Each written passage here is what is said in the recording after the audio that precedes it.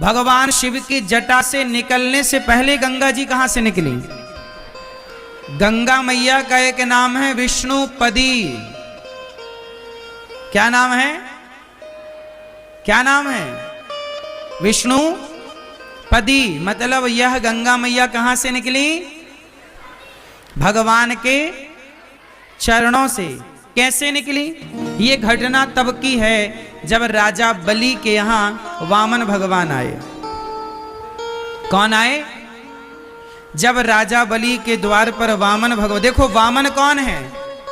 वही नारायण। क्या बनकर आए? वामन। जब भगवान विष्णु, जब भगवान श्रीमन नारायण वामन बनकर आए तो राजा बलि से कितनी पग भूमि मांगी?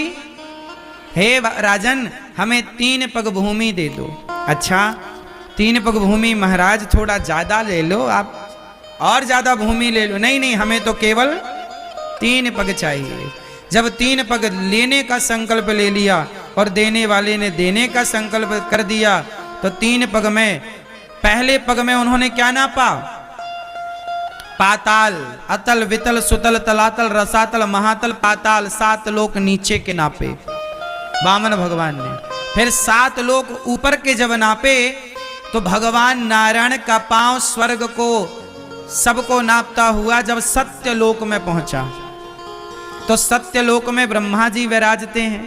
तो ब्रह्मा जी ने देखा कि भगवान का चरण मेरे द्वार से गुजर रहा है, तो ब्रह्मा जी ने बिना देर किए भगवान के पांव का अंगूठा चरणों को धुल लिया। उनके कमंडल में जल था ब्रह्मा जी के, तो जल डाला और धुल करके वही चरणामृत अपने कमंडल में भर लिया।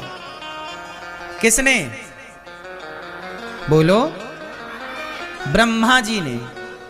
किसने भर लिया? भगवान नारायण का, मतलब भगवान वामन जी के चरण धुलकर ब्रह्मा जी ने कहां भर लिए? अपने कमंडल में। और वामन भगवान ने जब 3 पग भूमि ले ली, राजा बलि के मस्तक पर तीसरा पग रखा, वो लीला हो गई पूरी। इसके बाद राजा सगर के पुत्र हुए असमंजस, फिर अंशुमान, फिर उनके दिलीप, फिर हुए भगीरथ। क्या नाम पड़ा? भगीरथ के जो पिता थे राजा दिलीप, दिलीप की 2 पत्नियां थीं, एक पुत्र हुए जिनका नाम पड़ा भगीरथ। उनका नाम इसलिए पड़ा भगीरथ क्योंकि ये 2 भगों के कारण प्रकट हुए, तो भगीरथ नाम पड़ा। पर इनके शरीर में हड्डी थी नहीं ज्यादा, तब गुरु वशिष्ठ जी ने कृपा किया, फिर इन्हें जीवन दिया। उन्हीं का नाम पड़ा भागीरथ, भगीरथ। तो फिर भगीरथ जी ने तपस्या करी, और भगीरथ जी ने जब तपस्या की तो उनके तपस्या के प्रभाव से ब्रह्मा जी प्रकट हुए। कहा कि प्रभु ऐसी कृपा करो, गंगा मैया दो, ताकि हमारे पूर्वजों का उद्धार हो जाए। उनके सगर के 60,000 पुत्र कपिल मुनि के अपमान करके जलकर गंगा सागर में भस्म हो चुके थे।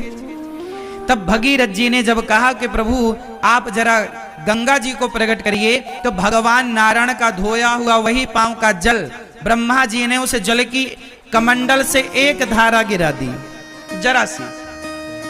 पर वो धारा इतनी तेज से आई कि वो पाताल में चली जाती। तब गंगा मैया ने कहा कि हमारा वेग पृथ्वी सह ना पाएगी, तो पृथ्वी ना सह पाएगी तो शिव को प्रकट करके कहो कि वो हमारे तेज को सहें। तब भगीरथ जी ने शिव को प्रसन्न किया, और शिव ने कहा कि भगवान का चरणामृत है गंगा, तो प्रभु के चरणामृत को तो भक्त अपने माथे पर सजाता है। तो गंगा मैया को भगवान शिव ने अपने माथे पर सजाया, और वही वेग से जब शिव जी की जटाओं में गई, फिर शिव जी ने उन्हें धीरे से छोड़ा। और जब धीरे से छोड़ा तो गंगा मैया को हरिद्वार के ऊपर एक साधु रहते थे जिनका नाम था जन्हू ऋषि। क्या नाम था? जन्हू ऋषि। तो जन्हू ऋषि ने गंगा जी ने बाबा जी की कुटिया बहा दी। बाबा जी तपस्या कर रहे थे, गंगा जी आई भगीरथ जी के पीछे पीछे, तो उनकी कुटिया बह गई। अरे बाबा जी ने कहे कौन हो, हमारी कुटिया बहा दी, यहाँ। जन्नू बाबा गंगा जी को पी गए। बम गंगा जी हो गई बम। अब भगीरथ जी बोले, हे भगवान, ब्रह्मा जी को प्रकट किया, शिव को प्रकट किया, और बाबा जी पी गए, पूरी गंगा पी गए। हे महाराज, हमारे पूर्वजों का उद्धार कैसे होगा, थोड़ा कृपा करो।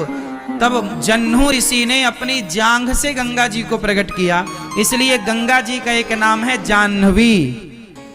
गंगा मैया का एक नाम क्या है? जाह्नवी। फिर गंगा मैया वहां से चली तो आगे 7 हरिद्वार के ऊपर ना 7 बाबाओं की कुटिया थी, सप्त ऋषियों की। तो गंगा जी को लगा कि एक बाबा की कुटिया बहाई तो पी गए, यहाँ 7 साधु हैं, यदि बहा देंगे तो फिर तो निकलेंगे भी नहीं। तो गंगा मैया ने 7 संतों की कुटिया को बचाते हुए आगे बढ़ी, तो गंगा मैया की 7 धाराएं हो गईं। तो हरिद्वार